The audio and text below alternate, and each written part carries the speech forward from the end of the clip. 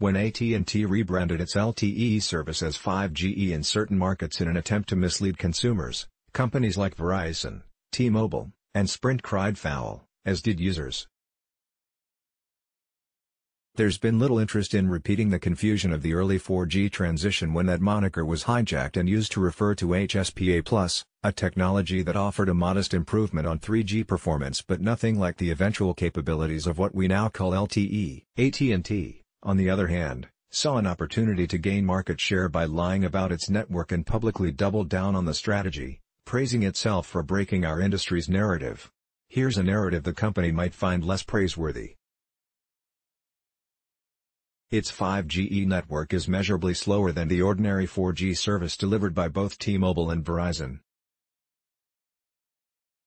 It did at least manage to beat Sprint, which isn't saying much, considering Sprint has been the last-place network in the US for quite some time. Tests by OpenSignal found that AT&T's performance in its 5G service areas offers no improvements over other areas with equivalent LTE service. The only difference measured is by phone, with newer devices enjoying higher LTE-based performance as compared to older ones. Data by OpenSignal writes, AT&T users with a 5G-capable smartphone receive similar speeds to users on other carriers with the same smartphone models that AT&T calls 5G. The 5G speeds which AT&T users experience are very much typical 4G speeds and not the step-change improvement which 5G promises. What OpenSignal found, specifically, is that yes, if you have an AT&T device that shows a 5G signal, that device is significantly faster than a device that doesn't show a 5G signal. This has absolutely nothing to do with any 5G network upgrades AT&T has made. It simply means that you own a later model device that's capable of using the faster LTE standards that AT&T has chosen to label as 5G.